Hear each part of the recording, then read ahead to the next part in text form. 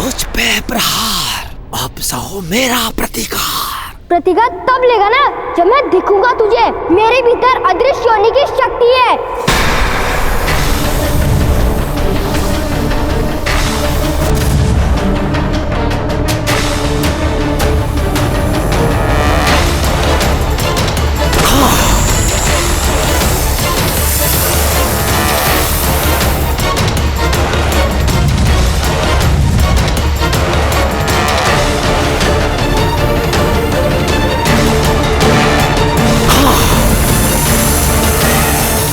नागदेव, बहुत बड़ी भूल की है तुमने। मेरे पुत्र पर आक्रमण करने का दुस्साहस कैसे किया? मैंने आक्रमण नहीं किया, मैंने तो इसे प्राणदान देके लौटने को कहा था, पर ये अपनी शक्तियों से मुझे मार रहा है। अब मैं इसे नहीं छोड़ूंगा। नहीं नागदेव, वो बालक है, क्षमा कर दीजिए उसे। तो ले जाइए इस मूर्ख को। मूर्ख? तूने मूर्ख कैसे बोला मुझे? रहने दे पिताश्री, करने दे उसे ध्वंस। आपको लगता है कि केवल आप ही कालिया मर्दन कर सकते हैं? अब देखिए मेरा बल। नहीं सांब, तुम ऐसा कुछ नहीं करोगे।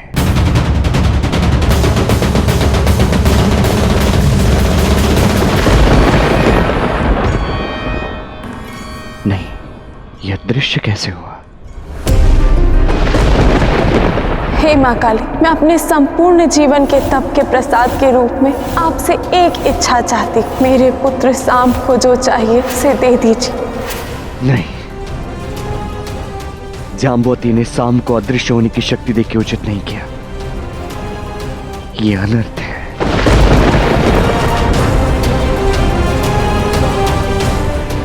सांब, ऐसा कुछ मत करना, ये मेरी अंतिम चेतावनी है।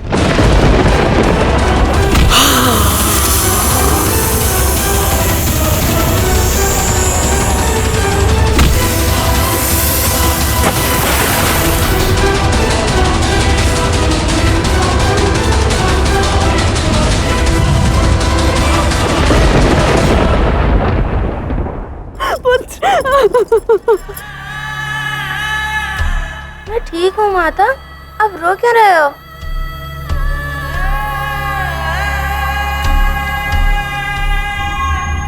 नारायण की कृपा से तुम तो सुरक्षित हो, किंतु कान्हा और सांब कहाँ हैं?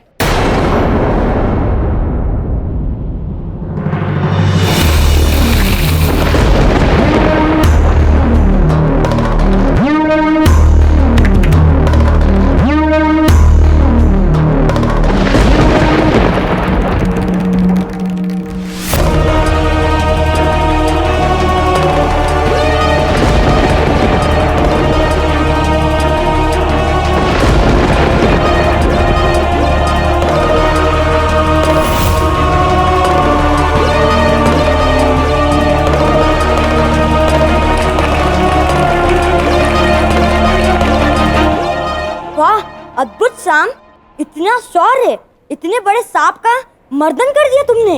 देखिए ताऊश्री, जैसे मेरे पिताश्री ने कालिया मर्दन किया था, वैसे मैंने इसका अंत कर दिया। अद्भुत सांब, मुझे गर्व है तुम पर। इसकी मूर्खता के विषय में जानेंगे तो गर्व नहीं, ग्लानि होगी।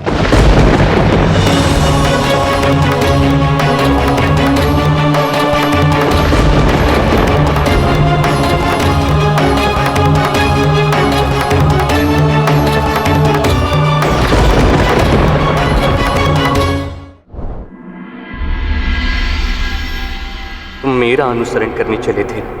तुम्हारे और मेरे कर्म में बहुत बड़ा अंतर है सांब। मैंने कालिया का मर्दन किया क्योंकि वो आवश्यक था। उसका अहंकार तोड़ना आवश्यक था। उसने समस्त यमुना को विषैला कर दिया था। सारे पशु, पक्षी, मनुष्य सभी अपने प्राण गंवा रहे थे, इसलिए मैंने उसका मर्दन किया। आज तुमने जिसका अंत किया, क्यों किया? उसने किसको हानि पहुंचाई थी सांब? क्या अनुचित किया था उसने? केवल अपनी अहंकार की पूर्ति के लिए तुमने उसे मार दिया। सांब, अभी इसी क्षण सबके समक्ष अपनी इस दृष्टता के लिए क्षमा मांगो। मैं क्षमा नहीं मांगूंगा। वो भी एक मरे हुए सर्प से, तो कभी नहीं।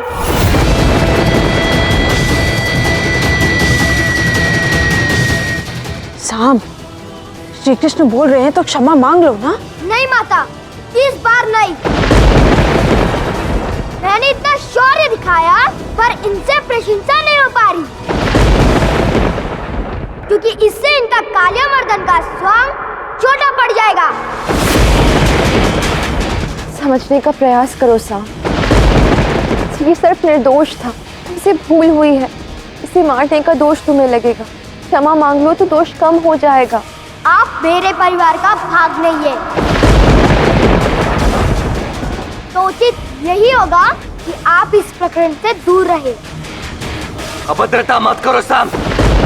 ये तुम्हारे पिता, ये द्वारकाधीश का आदेश है। क्षमा मांगो इसी क्षण।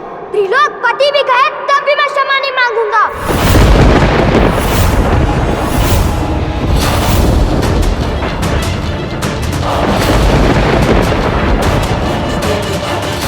जाने दो खाना, बालक है, आवेश में है। भूल समझ आएगी तो स्वयं मार्ग पर आ जाएगा।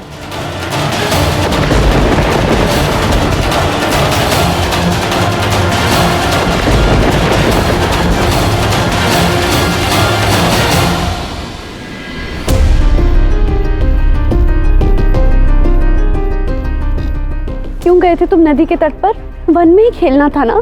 मैं नहीं गया माँ, काम काका छुपे हुए थे, हम सब उनको ढूंढ रहे थे। उनका सुर नदी के तट की ओर से आया तो मैं खोजता हुआ वहाँ चला गया, पर नदी के तट पर कोई था ही नहीं। मैंने सोचा कदाचित शाम काका पानी में गिर गए, इसीलिए मैंने झुककर देखा तो ऐसा लगा कि किसी ने मुझे धक्का दिया हो। मेरा संतुलन बिगड़ गया। जब मैं गिरने लगा तो शाम काका का हाथ मेरे हाथ में आया और मेरे साथ वो भी अंदर गिर गए। अर्थात तुम्हें किसी ने धक्का मार के गिराया? और यदि शाम नदी के तट पर पहले नहीं था तो वो अचानक वहाँ कैसे प्रकट हुआ? उसका हाथ तुम्हारे हाथ में कैसे आया? पता नहीं माता, पर मैं सत्य कह रहा हूँ। मुझे पता है पुत्र, तुम कभी झूठ नहीं बोलते, लेकिन पता नहीं ऐसा क्यों लग रहा है कि सामने ही तुम्हें धक्का मारा, क्योंकि और तो कोई नहीं था वहाँ। यदि ऐसा है तो यह बात सबको ज्ञात होनी चाहिए। आज अनिरुद्ध के प्राण जा सकते थे। यदि शाम इतनी सी उम्र में आज ये कर सकता है तो भविष्य में क्या करेगा? प्रद्युम्न, मुझे ऐसा प्रतीत हो रहा है कि हम शीघ्र ही किसी निर्णय पर पहुंच रहे हैं। शाम भले ही उद्दंड है, किंतु ऐसा तो नहीं कर सकता ना।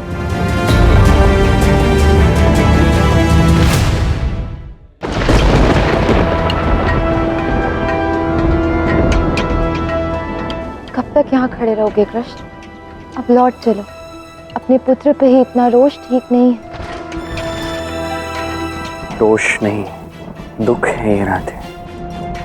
दुख इस बात का है कि मेरा पुत्र सांब किस अनुचित मार्ग पर अग्रसर हो चुका है। वो कर्म को केवल ऊपर से देख रहा है, मर्म तक पहुंच भी नहीं रहा। इस बात का है राधा कि अर्जुन को गीता का ज्ञान देने वाला मैं अपने पुत्र को सीख तक नहीं दे सकता। वो अगांधारी का श्राप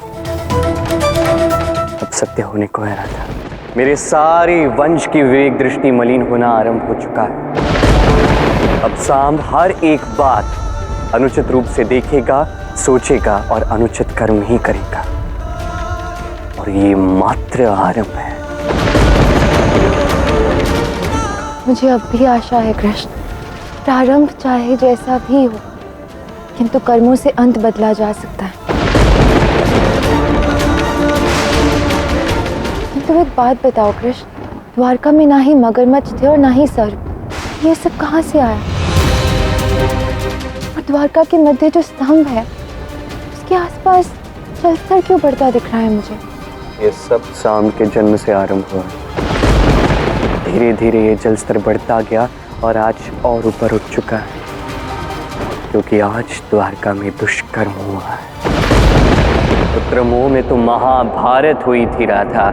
इसी पुत्र मोह में जब आज जाम्बवंती ने आकर शाम को अदृश्य होने की शक्ति दी, वहीं से विनाश आरंभ हो चुका है।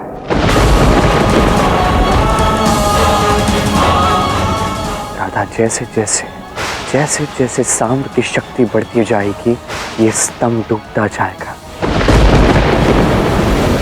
और एक दिन ये समस्त द्वारका और ये यदुवंश जलमग्न हो जाएगा। और तब तुम क्या करोगे? द्वारका को ऐसे ही डूबते देखोगे?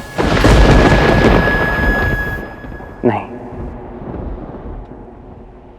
जो मेरा कर्म है वो मैं करूं। जो कुछ भी मैं कर सकता हूं वो मैं करूंगा राधा।